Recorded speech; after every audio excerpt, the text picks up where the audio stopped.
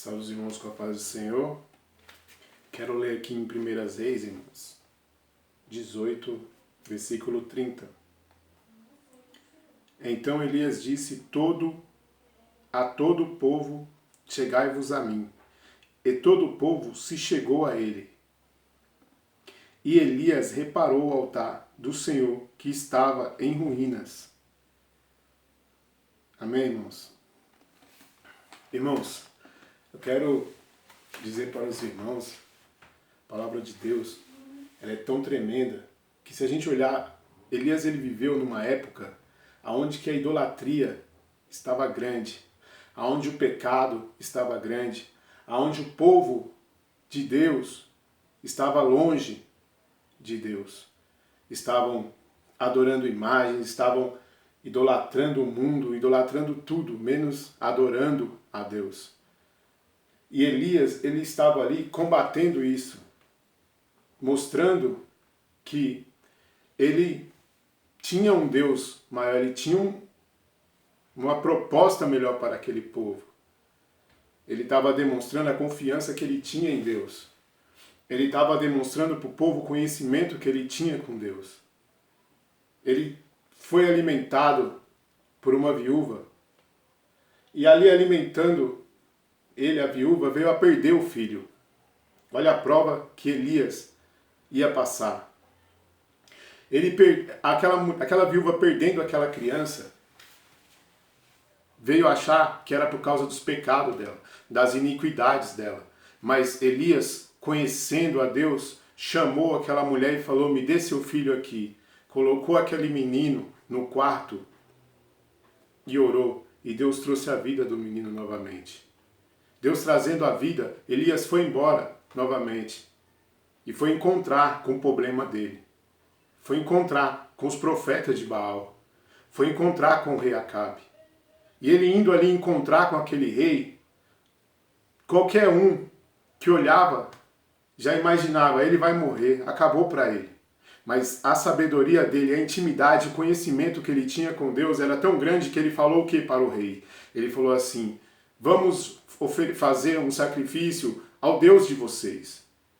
E eu vou fazer para o Deus que eu acredito. E ali naquele momento, ele pegou e foi fazer essa prova. O rei falou que as palavras dele eram boas. Suas palavras são boas, vamos fazer então. Reuniram ali vários profetas, 400 profetas contra um profeta.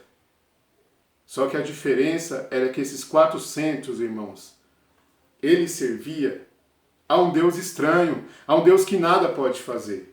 A um Deus que aos olhos dele ele conseguia ver. Aos olhos deles eles conseguiam ficar olhando e admirando e passando um paninho e cuidando.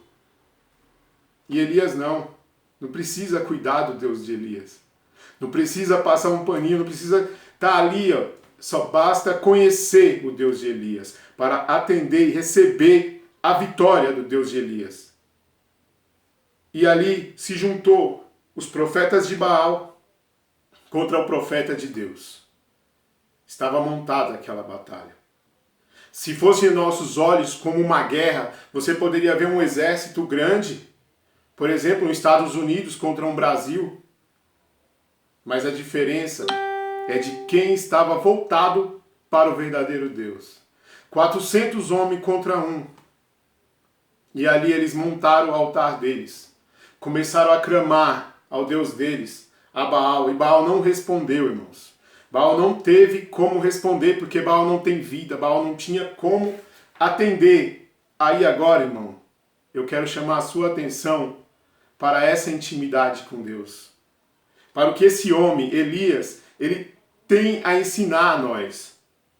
Meio tudo aquela idolatria, aquela confusão, o pecado, adultério, prostituição no meio do povo, o mundanismo, tudo entrando ali no meio do povo de Deus, Elias para e fala: achegai-vos a mim, achegai-vos todos aqui, para vocês verem o que vai acontecer. E naquele momento que Elias se achega ali, irmão, o povo se achega e Elias se achega, ele olha o altar. O povo fez uma bagunça, não tinha mais intimidade, não sabia como trabalhar, não sabia como montar um altar, como oferecer um sacrifício ao Senhor.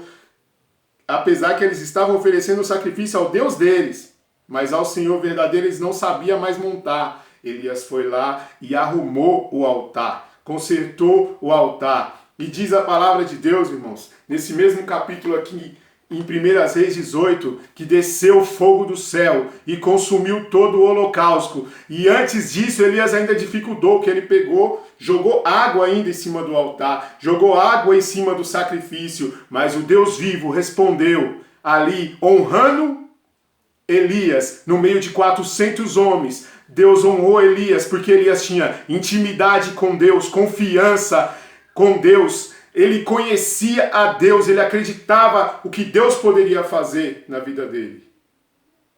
Irmãos, temos aqui, se você olhar comigo, dois grupos de pessoas, uma pessoa contra um grupo de pessoas. Não dá para formar dois grupos, né? Porque é uma pessoa só. Mas dois deuses, irmão. O Deus de Baal e o Deus de Elias.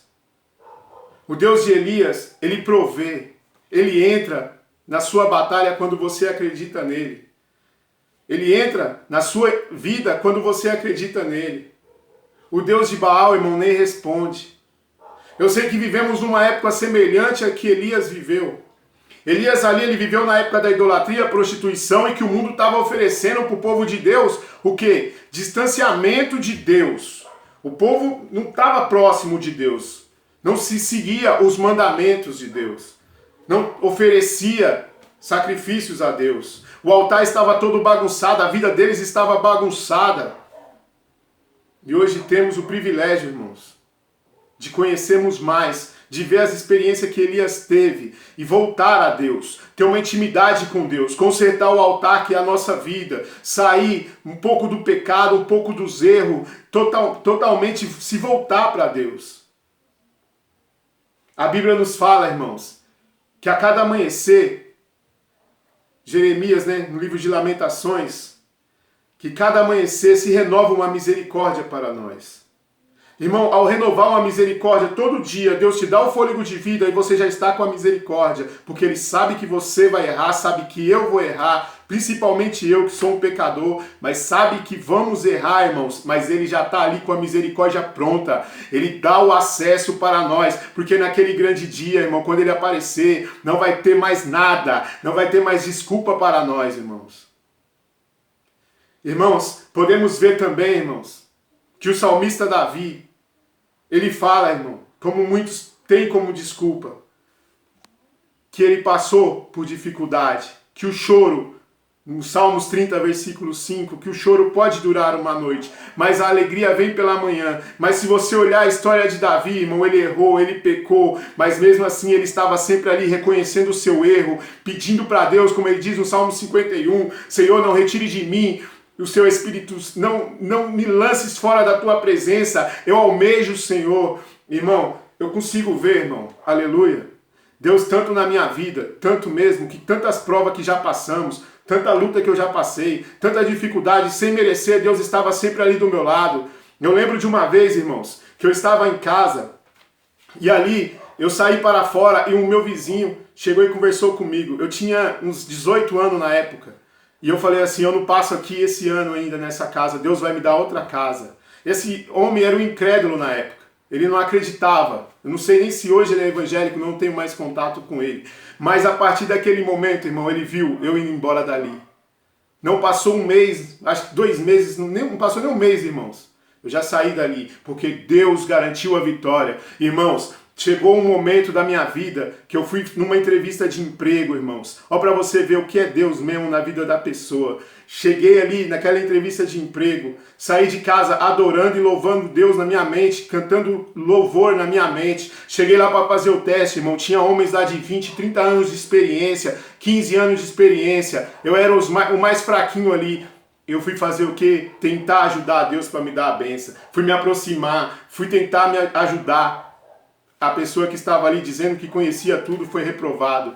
Eu desci daquele negócio, irmão, daquele teste, já saí, coloquei a mão no ombro do instrutor e falei assim, ó, eu sei que eu já passei. E saí, fui andando embora. Esperei uns dias, irmão, recebi a bênção, a ligação do meu emprego. Graças a Deus, Deus me abençoou ali, Deus me honrou. No meio de vários profissionais, Deus, como também eu estava capacitado porque Deus me deu a oportunidade, Deus também me abençoou que eu recebi a vitória. Irmão, a gente falar, posso tudo naquele que me fortalece, irmão. A gente tem que ser que nem Elias e que nem Paulo que disse isso. Posso tudo naquele que me fortalece. Porque ele falou o quê? Eu sei ter como não sei ter. Sei ter a mudança, mas também sei não ter nada. Sei passar necessidade. Porque, irmão, você tendo hoje e faltando, você vai conhecer a Deus, você vai saber o que é Deus. Você vai confiar, você vai estar ali com Cristo todo momento acreditando que você vai receber a vitória. Jó, irmão, passou ali por grandes tribulação, grandes provas, irmão. Ele era um homem rico, o patamar ali dele estava ótimo, os filhos correndo, brincando, todo mundo bem, os gados gordos, tudo estava correndo tranquilamente, perdeu tudo, irmão, mas mesmo assim não arredou o pé do Senhor. Irmão, o próprio Jesus chegou em aqui no nosso mundo, na nossa terra aqui, irmão. Falou assim que era para ver aonde nós estava juntando o nosso tesouro. Aonde está o nosso tesouro, está assim o nosso coração, irmão. E para que não ajunteis tesouro na terra, aonde o ferrolho e a traça corrói, tudo destrói, irmão, mas sim tesouro no céu. Então, irmãos, peço nessa noite, meu querido, torna-se a conhecer a Jesus, torna-se a confiar em Jesus, torna-se a acreditar em Jesus. Irmão, torna a experiência com Jesus. Tem hora que você até na sua casa, irmão, aleluia, até na igreja, na sua casa, você sente falta das provas que você passou.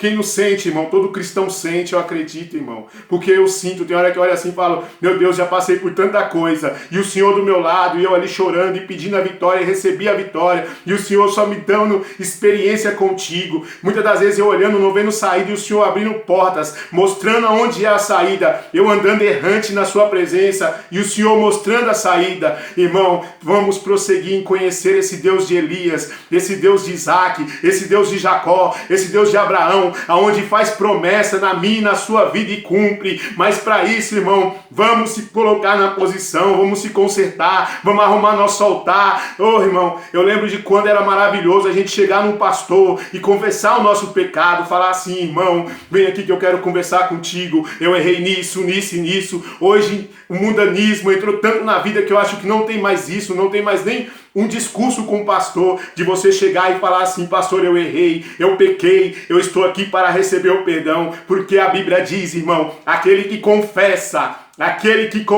diante dos homens, aleluia, reconhecendo o seu erro, alcança o perdão, irmão, diante de Deus, irmão. Então temos que confessar a Cristo, temos que confessar os nossos erros e abandonar, irmão, e continuar com Cristo, consertar o altar, porque consertando o altar, a resposta vem, e vem do céu para a nossa vida, meus abençoados irmãos.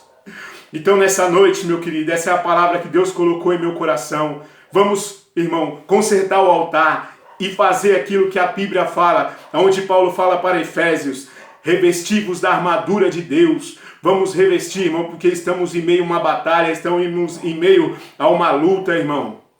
E talvez você olhando o exército que está com você, você não está confiante, mas começa a olhar para o general, que está junto com você nesta batalha, nesta luta, irmão. Aleluia! E vamos combater, irmão. Vamos acabar, aniquilar todo o mal pela raiz, irmão. Não vamos temer, não vamos temer a nada. Vamos continuar indo para cima, irmão. O nosso foco é o altar, o nosso foco é Jesus, o nosso foco é a salvação, o nosso foco é prosseguir, aleluia, em conhecer a palavra do Senhor, em conhecer os mandamentos do Senhor e prosseguir em conhecer principalmente o Senhor. Amém, irmãos? Eu agradeço a oportunidade, que os irmãos ficam na paz do Senhor e que os irmãos, aleluia, venham ter uma noite abençoada e que o Senhor possa continuar derramando chuvas de vitórias e bênção na vida dos irmãos. Amém? Eu agradeço a oportunidade. Amém, Jesus.